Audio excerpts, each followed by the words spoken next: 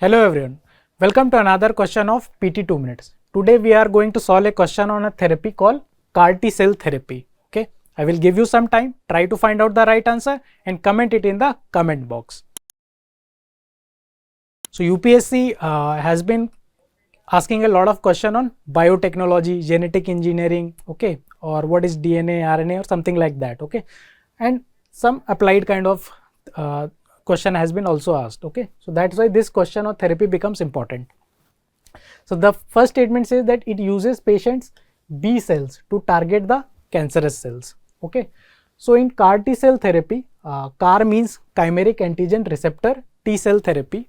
We take out the T cell of the patient, then it is genetically engineered or modified. It is again grown outside manifold and then again re-injected into the patient. Okay. So this is the basically process which we follow in this therapy.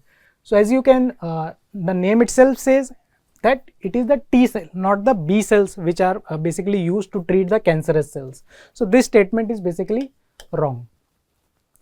The second statement, it says that it is also referred as living drug. Okay, so this statement is basically right. As we know that we are using the T cells of the patient to treat the cancer. Okay, so no chemical or something like that in chemotherapy, like some chemicals or the pharmaceuticals are basically used. Okay, here we are using the T cells. That's why it is also known as living drug. Okay, the third statement, it says that NexCAR19 is a type of CAR T gene therapy developed indigenously in India. Okay, so CAR T cell therapy, it's a very important basically therapy which has been in development for a lot of years. In 2018, Nobel Prize was also given for it. In foreign countries, this has been used a lot, but recently now it has been also approved in India and also now it is being used. Okay, so this statement is basically right, that this is the first type of CAR T gene therapy which has been approved and now also it is being used. Okay, this has been developed by a company known as ImmunoAct, which has been incubated in IIT Bombay. Okay, so this statement is basically right.